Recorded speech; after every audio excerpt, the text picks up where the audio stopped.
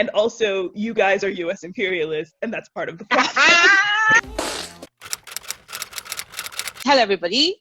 This is the first time in quite a while that I am introducing myself when I'm starting my channel. It's been 84 years. Usually I just go straight into things, but I'm certain you all can see from the thumbnail and the title that I have a very important person here with me. I'm doing another author interview, and this time around I have the amazing, the brilliant Jordan Ifueko. I'm not sure if it's Ifueko or Ifueko. My family always said it Ifueko, like rhymes with gecko.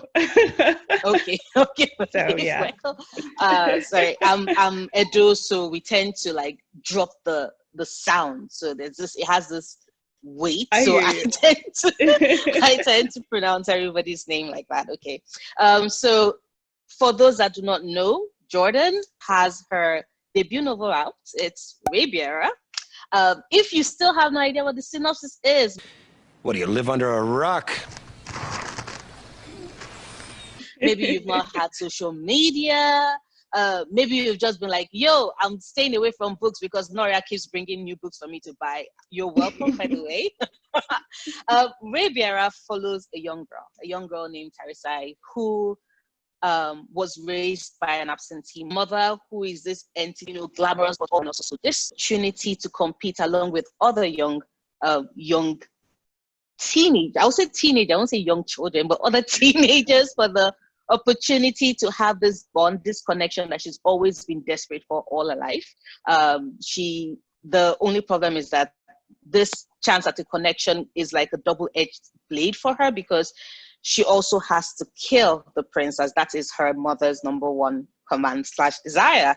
Does that sound intriguing? Yes, because like you all know, I bring you the good stuff on my channel. So thank you so much for joining me. Absolutely. So real quick, I'm not sure if it's my connection or yours, but it like will slow down and then catch up really quickly. Oh, then it's totally my internet connection. It likes to act weird sometimes. So I'm just keeping my fingers crossed that it stays, because everybody on my channel knows. They'll probably be like, Noria's internet is starting all over again. I'm sorry, everybody. It's okay. I'm just letting you know if there's a delay with me responding, it's because I'm waiting for the audio to catch up.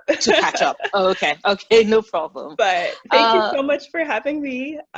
First of all, I feel like I've really been missing out because I didn't hear about your channel until this got scheduled. And I just feel like you have excellent taste in books, judging from your setup back there and your introduction. Oh, like, thank you.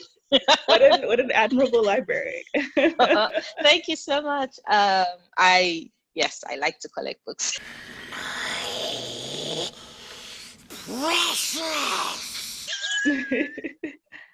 I've had a library off and on since I was a kid, so it's really cool to have it settle in again. So I think it's a perfect segue, because we're talking about a genre that I've loved since I was a child, and I'm certain you could say the same, which is fantasy. And I think I always say that you can never really forget the very first fantasy novel. What made you realize that I do this? I want to write fantasy. I want to create this world and birth these characters that would make people lose their breath. Oh my goodness.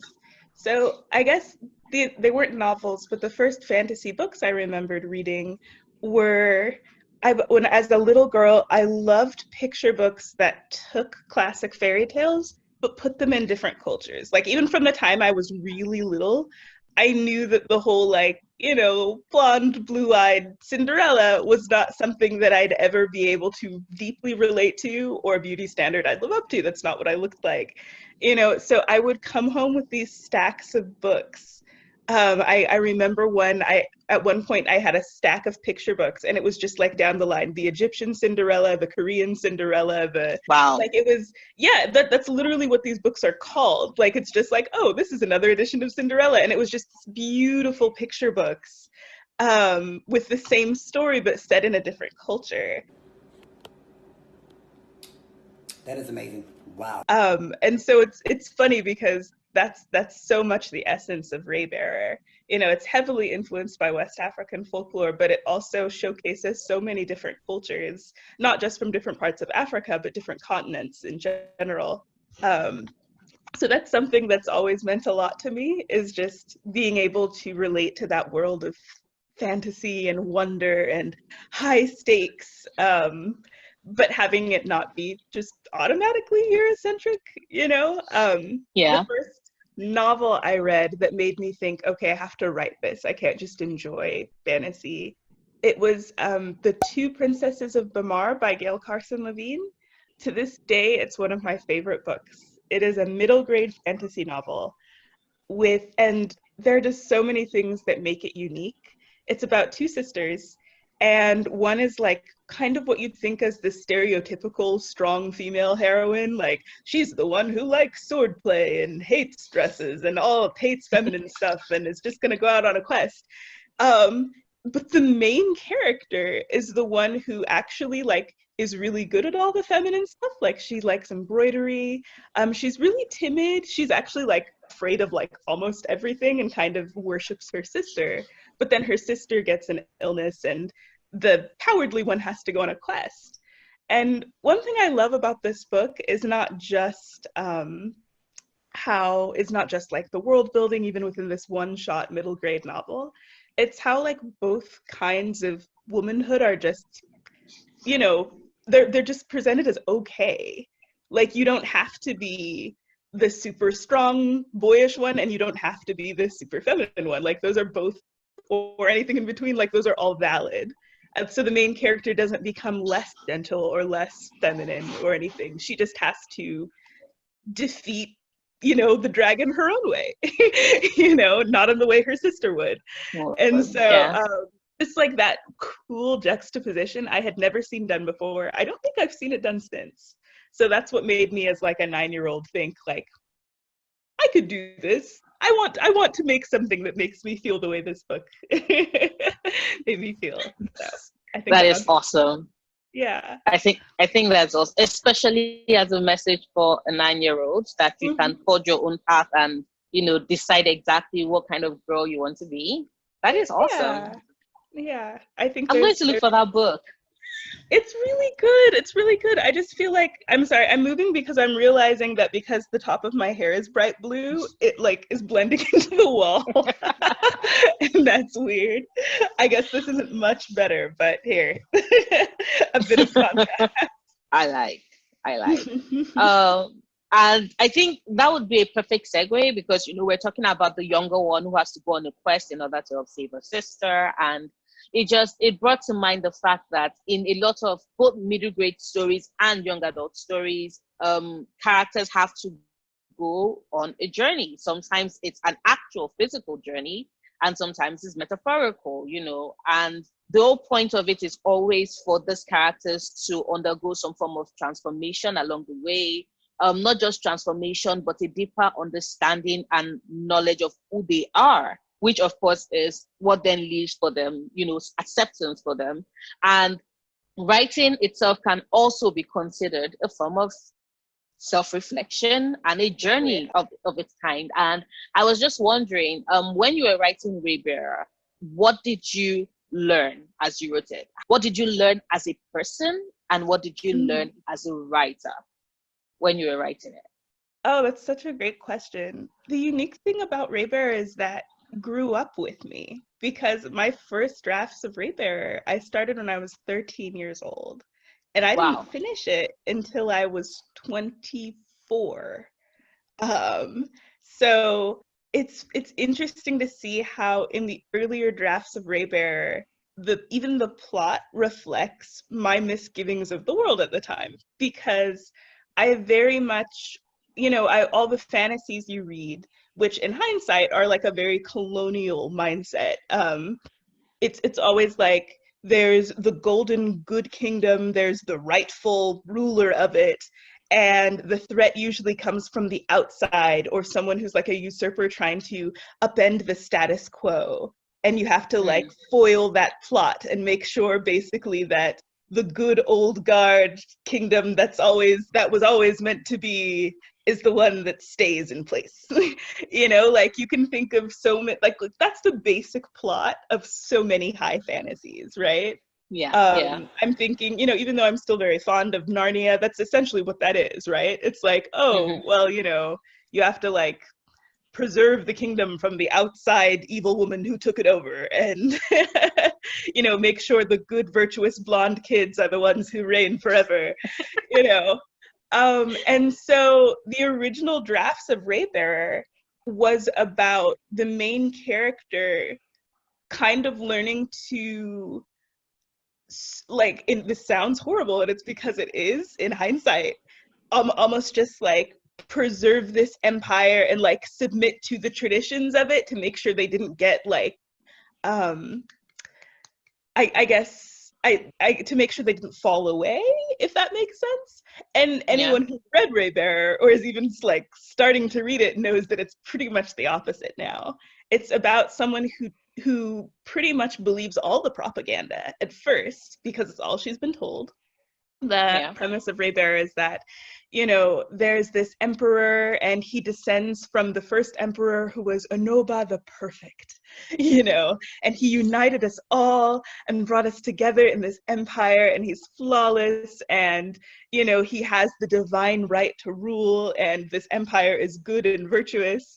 And Tarisai, you know, believes all this, and then even when her conscience, when she sees things like under the rocks that make her really uncomfortable, or she, you know, kind of hears like a kind of institutional misogyny that makes her uncomfortable as well, she just tries to submit to it. She's just like, this is the way it's supposed to be. If I have rebellious impulses, that's the evil part of me that wants to kill the prince. Like it's not my intelligence, it's not my conscience, it's just all this evil rebellious spirit in me. And you know, so she tries. She isn't like an automatic, like, I know this is wrong and I'm going to fight against it. She actually like tries to conform until she just basically, until something happens that I won't spoil, that she's basically like, I can't be part of this anymore. So, or I have to change it with the privilege and the insider position I've been given, you know. So that's definitely a big way that it grew up with me, as I realized, you know, imperialism is bad. And because, you know, I mean, it's something I've always known on some level, right? Like being descended from people who were colonized and enslaved, but I don't know, there's still things that you end up being okay with through osmosis when you read the same story over and over again, right? You read the same kind of fairy tale, the same high fantasy tropes. You're like, oh yeah, good kingdom versus outside threat. So yeah, that's definitely one of the ways that it's kind of both. Raybearer changed me, and my changing changed Raybearer. That is awesome. Oh my God. Yeah. And I love the fact that, you know, you were talking about Tarisai consistently trying to push down, you know, the rebellion that was rising in her. Like, nope, we have to be good, we have to be this, we have to conform. And as someone who I always state that I personally like my women and feminine presenting characters. I love them very angry. That's my secret, Cat. I'm always angry. Yeah. I had a friend go like, oh my God, you're just an angry person. I'm like, you have to change things. And for you to want to change things, you have to push away from the status quo, this system that wants you to just bow your head and go with the flow and don't ruffle any feathers, don't change anything. And it just had me thinking, what are some of your favorite because you just mentioned the fact that, you know, that is a rebellion is central to who she is, and it was something she was pushing away until she just finally embraced it. And I was just thinking, who are some of your favorite rebellious girls, women from media, books, TV shows, etc.?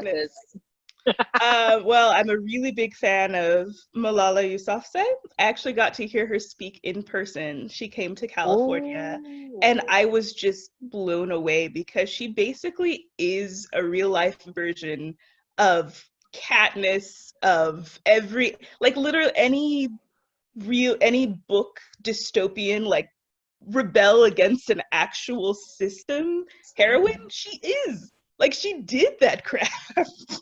And she's still this wonderful, or well, she's not a teenager anymore, but when I saw her, she was. And she's still this wonderful, snarky teenager.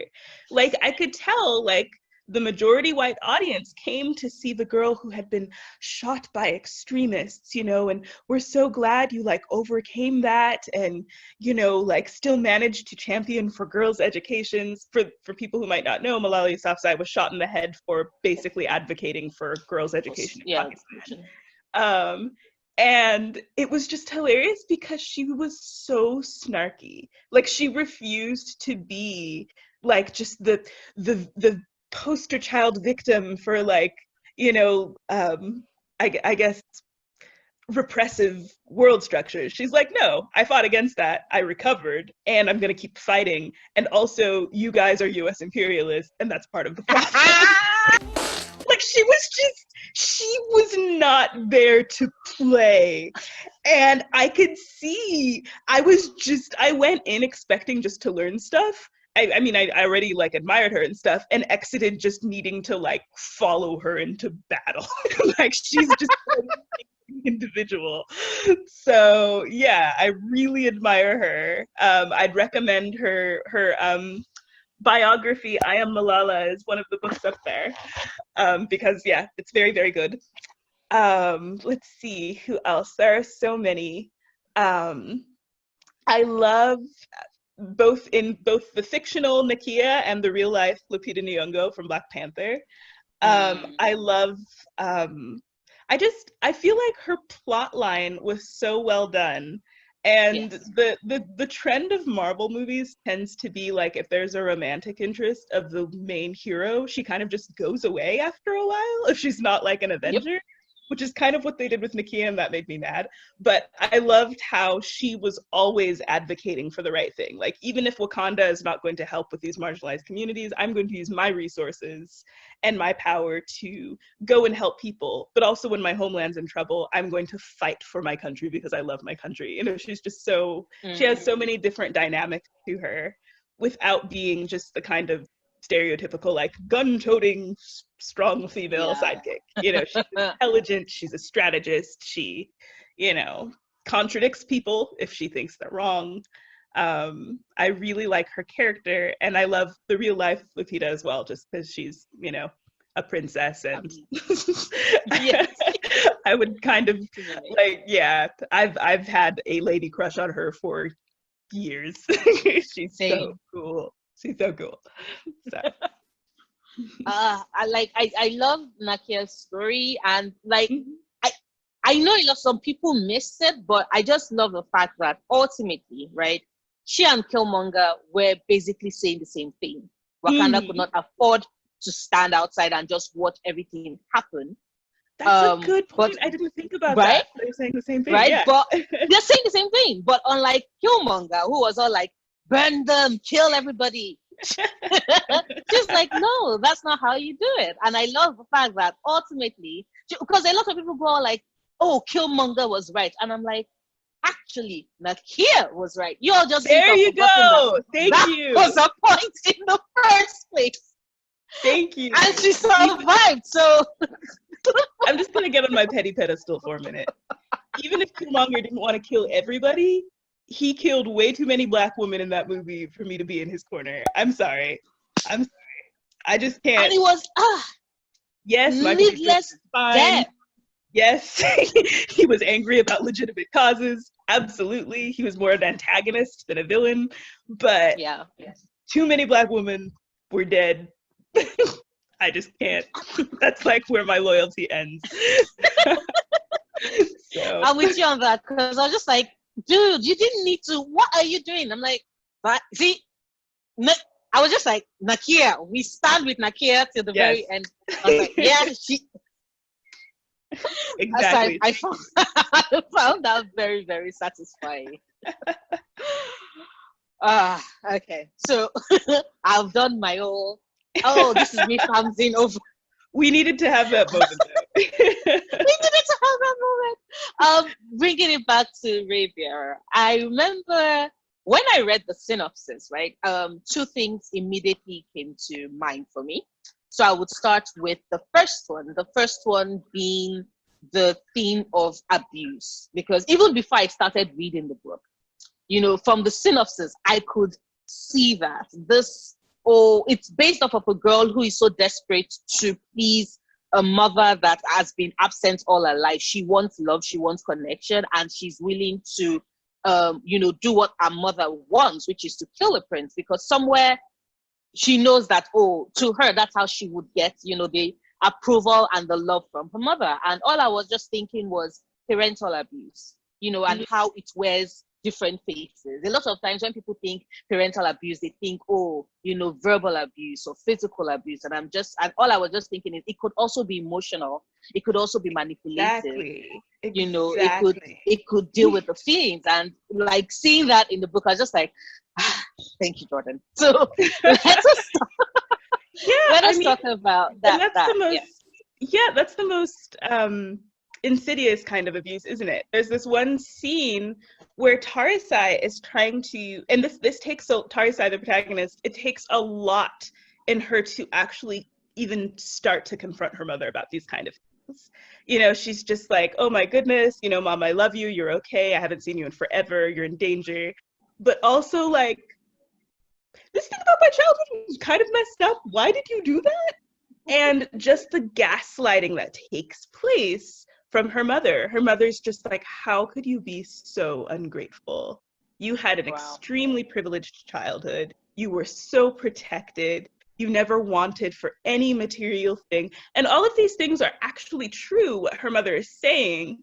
But the way it completely erases the very serious emotional abuse that happened, is something that I feel like a lot of people can relate to. Because, essentially, like, her mom purposely starved her of affection so that her plans wouldn't be ruined. Tarisai's hollow is that she can touch people and see their memories. But there's a lot about the world that her mother didn't want her to know, because she was depending on Tarisai to be ignorant for her to be able to fulfill these really big, high-level plans.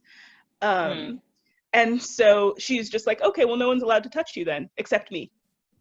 And she was barely ever there. So you just have this incredibly touch-starved, love-starved child, purposely kept in ignorance, and then like ordered to like murder her first real friend. It's just these horrible, horrible things. But, in her mother's mind, it was all for Tarisai's own good. And also, didn't she give her like, a mansion to live in, even if it was invisible and nobody was allowed to visit? And all those tutors and all those maids. It's sad, but at the same time, I think it's also needed, because a lot of people forget that abuse has so many different faces, and we need to be able to identify them so that we can have conversations about them and, exactly what they inflict on children. Especially because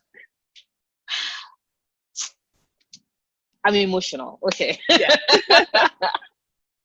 I will say, I feel like a lot of kids from immigrant backgrounds can relate to this. We have parents that love us very much, but have a different set of values, a different set of what it means to be, a different definition of what it means to be there for your child, especially if they had to go through a lot of trouble to get you to the country where you are.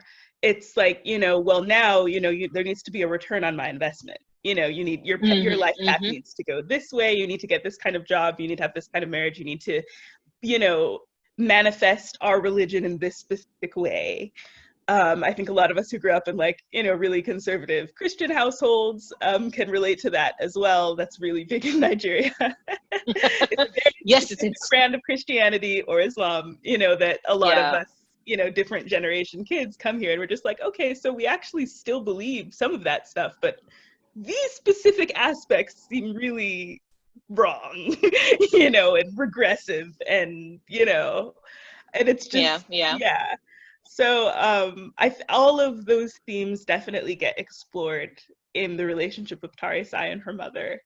And it's interesting, every person who reads this book that is impacted by that relationship always relates to the daughter. Like, even if they're like a 50-year-old adult, they're just like, they always relate to the daughter in that relationship, because even if you've been an emotionally abusive parent yourself, you were still someone's child, and that's what you remember. At one point. You know, is that dynamic. So I just found that really interesting.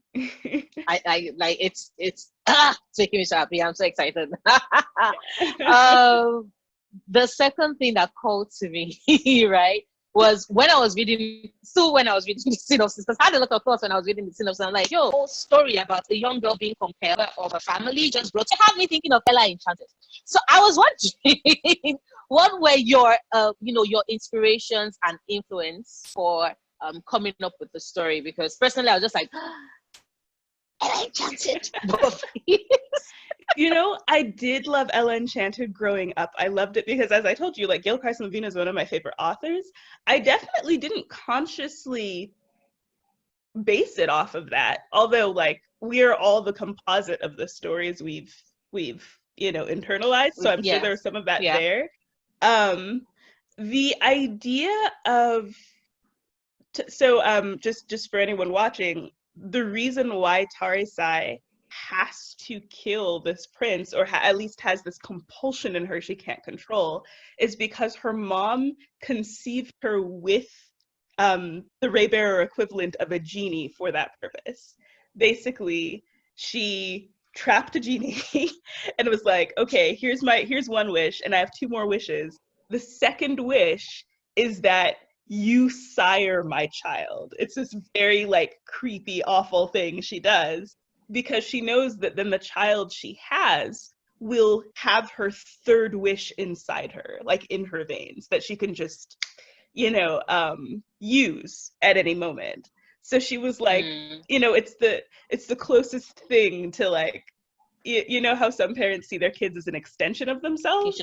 Like, this is kind of a literal manifestation of that, and that, like, you were literally born to fulfill this vision I have, and you have to, because that's in your blood. If I ask this of you, you must do it.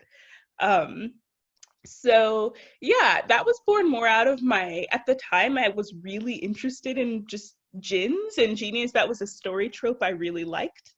And it's been done so many different ways. So that's how I had the idea of, like, this child that was born to be a genie to her mother's wishes, and I think a lot of kids who've had that weird imbalanced power dynamic with their parents, even into adulthood, can relate to that.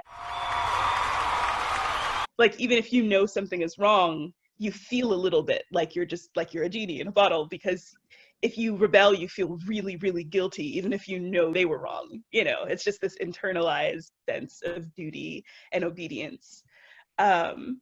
So yeah, but all that to say, Ella Enchanted is phenomenal. I love Ella Enchanted. I need to read it again. I think, there are just so many things that Gail Carson Levine does well when she decides to go, like, big world with the fairy tale. Because yes, it's based on Cinderella, but the kingdom they live in is actually really unique and cool, and has all these different creatures and races. And anyway, we love it. Yeah. Okay. Oh my God, because I do this all the time. I've talked so much. I think I've almost exceeded my time. We've actually crossed the 30 minutes mark. Okay, so I'm laughing. Everybody watching knows that. We're like, Noria, this always happens. Okay, so the next question I want to ask is, what inspired the title? What inspired the title Raybearer? Oh, the title went through so many changes based on when the book changed in terms of plot. The first title was just 11, because this idea of the sacred council of children, the 11, and their friendship and their bond was kind of the point of the first draft of the book. And then as it kind of converged more and more towards this person's coming of age story, and kind of challenging even the premise that this whole empire is based on, which is that there is always one person with a right to rule, and it's always a man. and he's called a Raybearer. The more the book became about challenging the premise of this kingdom, that's when that title seemed most appropriate. Like, this is about, that's more the soul of the book now, even though this deep bond between these children is still a huge theme in the book, obviously. So I do think that the idea of the ray, like the power that giving someone the right to rule and bring people together is called a ray, is one that I like, just because I've always liked suns, like big suns and theme suns as a just the way they look, like bursting and golden and warm and bright. And there's a little bit of me that I think was rebelling against a trope of beauty I saw a lot of the time in fairy tales. Like, when I was a teenager, there was just this trend of every pretty fantasy heroine being described as like pale as the moon. Like, just like as pure and white and sparkling. And there's this one line that I give Tarisai just because I was salty about it at the time. And I wrote this book over like a decade, more than a decade. And when like basically the council vow is like, you have the Raybearer who's the sun, and then you have his council supporting him, and they're all like the moon, and they just reflect the sun, And Tarisai at one point, this is presented to her as a very beautiful thing, and she's just like, why would anyone want to be a moon? Like, the moon's like cold and white and it's a rock. I'd much rather be sunshine. I'd much rather be warmth and life, just bursting forth. And so, that power being the ray, like a ray of sunshine, is, it seemed most appropriate to me. So that's how you get a Raybearer. I love it. Although I'm going to admit, like, I actually prefer, like, okay, so I guess it had to do, and I tend to drift on my channel. So my subscribers know that I'm about to go on a whole lot of tangents. Okay. So I do study aspects of astrology, but not just the Western one, also Chinese astrology. But the focus for this is the fact that I am a Leo sun. So most people will be like, oh, you love the sun. But strangely enough, I actually love the moon. I guess it has to do with my love for the seas and the fact that, it controls the tides. And I think that a lot of the times when we look at the moon, we're like, oh, it's this, pale like this. And I'm like, the moon can fuck you up. That's true. That's very, very true. But I love her challenging that. I love her going, oh, nope, I want to be sunshine. I want to bring literal warmth to people. I just, once again, it just drives on the fact that she's so smart, so loyal, so strong, so independent, has so much of like self-possession and self-awareness, and I just love that about her. And I guess it had me wondering, because obviously she's going to be an inspiration to so many people, young girls, older people. We should be the one saying thank you. You created something good. So I know she's going to be such an inspiration to so many people, so many women, and young girls. And I was just wondering, is she, would you say, is she based off of someone in reality, or is she an amalgamation of different people that you know? Yes. I mean, there are a lot of aspects about her that I find in myself, for sure. She's not consciously based on myself, even though she reflects a lot of my experiences. I think that she represents a lot of different periods of growth that I personally experienced. But I definitely made her different than me consciously, because I needed that distance to be able to write her well and write her empathetically, rather than it just being like, because I feel like when you base people on yourself, even unconsciously, it can sometimes either be like this narcissistic, like, oh, like this person's so great and nobody understands her, Or it can be the other way if you have self-esteem issues, which is my personal problem, which is like, this person sucks. Look at all her faults. You know? So yeah, I definitely like consciously put that distance there about halfway into this writing process. One conscious difference between the two of us that I just did as an exercise in empathy for myself is that Tarisai has a very complicated psychological aversion to babies. Like, this gets explored way more in the second book. But like, she just, you know, like, babies make her uncomfortable, and the idea of motherhood herself is something that makes her very, very uncomfortable, and she's not sure if she ever wants to do it, you know? And you know, I'm like a baby freak. Like, I'm not a mother myself, but I've always just liked them. And, you know, I had a baby sister that I helped raise, and I just think they're wonderful. And I'm like, why would you be afraid of that? But there are friends I have who feel exactly the opposite. They're like, nope, it's going to be child free. Just, it's not for me. You know, there's so much there. And I really wanted to, because that's so different from me, I wanted to stretch myself and write from that perspective empathetically. So that's one little quirk of Tarisai's that I put in there. There's this one point in the first book where everyone expects her to like bear the next Raybearer because she's the prince's favorite. So they're like, oh, of course he's gonna knock you up, and, you know, you're gonna like provide his heir, because that's like the highest honor you could achieve. You're like a woman in this empire, like, congratulations. And instead, she's like, you know what my children are going to be? My children are going to be the edicts I pass as your next High Lady Judge. Damn, it feels good to be a gangster. That's going to like fix this empire. That's what my children are going to be, are the laws I pass, you know? And so I really like that line. It's, you know, very snarky. It's funny. I love it. Yeah. I love it. I can't wait to get to that part. Yeah. My kids are going to be the laws I pass because this is bullshit. Oh my god, I love that. Okay, I guess at this point, let me just start working on rounding off this interview. Mm-hmm. The next question, the penultimate question I would be asking is, if you could describe Ribera in 3 words, just 3 words, what 3 words would you use? I would say, oh gosh, I'm such a wordy person. This is like the hardest question you could ask me. Empires,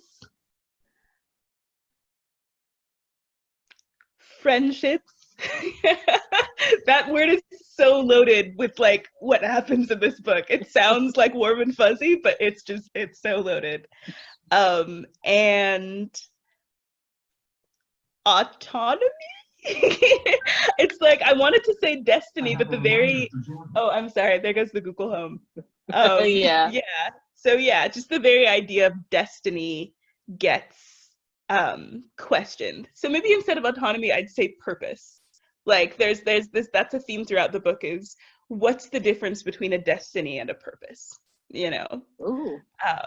Because a purpose you can kind of select for yourself and live for it, you know, versus, you know, a destiny. You have to do this. You have to do it. Something is controlling you. You have no choice. You have no agency in this. Yeah. Exactly. Okay. I love it. So empires, friendships, and purpose. Yes. Yay! Okay, and I guess I will just wrap up this interview by asking, what are you currently working on? Because I love how you are like, book 2. So I'm like, but we need confirmation.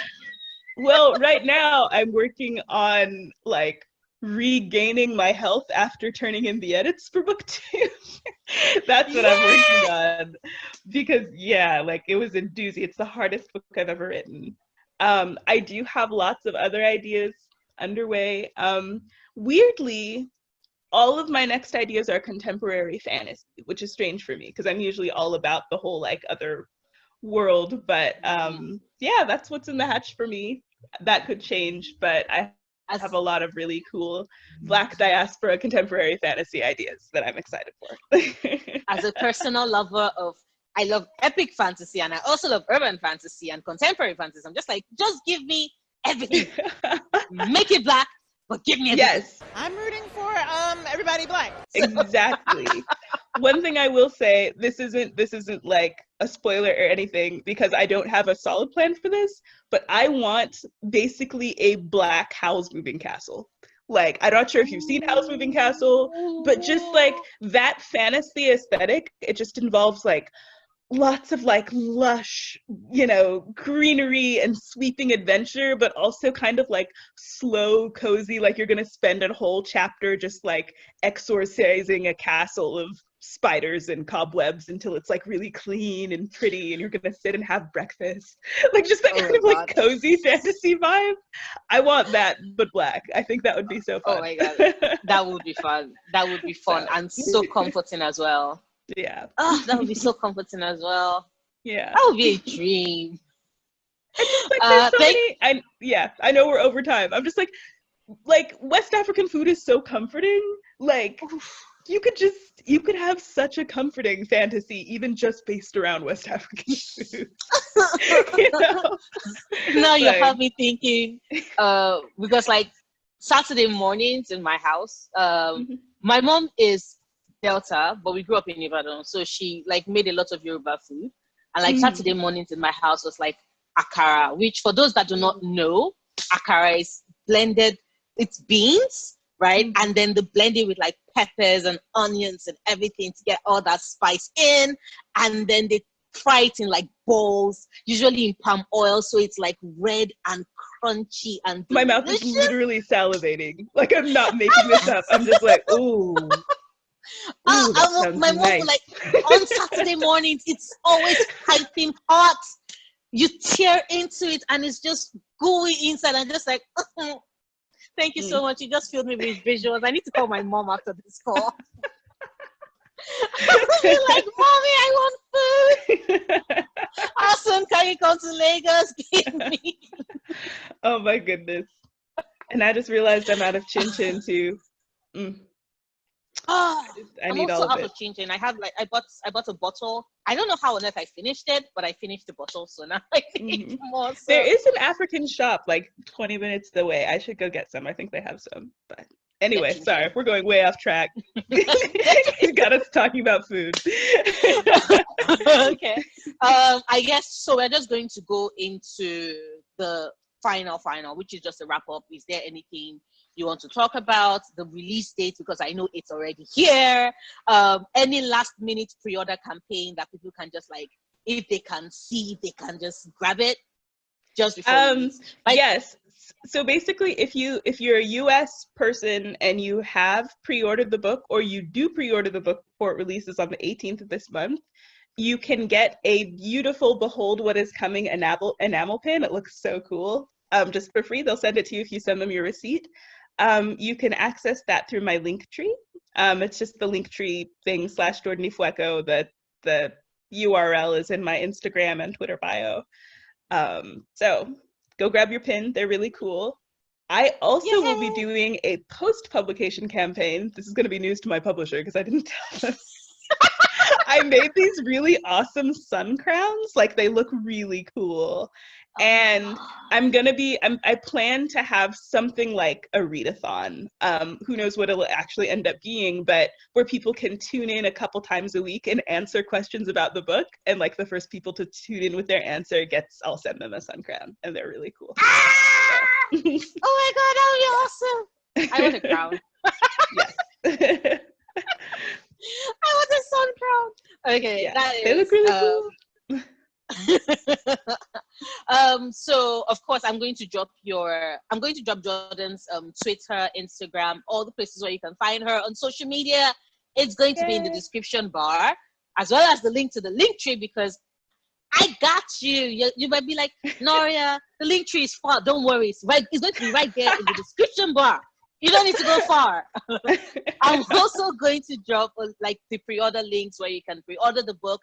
Do it, because you have like 3 days by the time this video goes up. You have like 3 days before it's officially released. So I have my animal pain coming. I don't know about Yay! you, so I would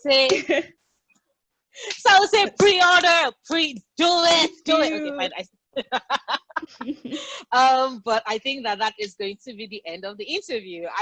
We definitely talked for a long period. This was so fun, Noria. Thank you so much. I'll definitely be tuning into your channel because this was amazing. Thank you so much, Jordan. Like, it's such an honor and such a pleasure to have you. And thank you once again for blessing us with your words and Tarisai and the characters. And I'm just emotional because such a good book. But that would be it. That would be the end of the video. Of course, my pleasure. This will be the end of the video, everybody. You all know the usual. Like, subscribe if you're not yet following. If you're like, yo, I don't know that girl. I have like almost 300 videos, so go watch the videos. See, do I like a sense of humor? Do I think she's weird? If the answer is yes, you should totally subscribe because like I'm me. So I make new videos every Wednesday, Sundays, 2 p.m. EST. So I'll see you all later. Bye. And once again, thank you so much, Jordan. I'm so thankful.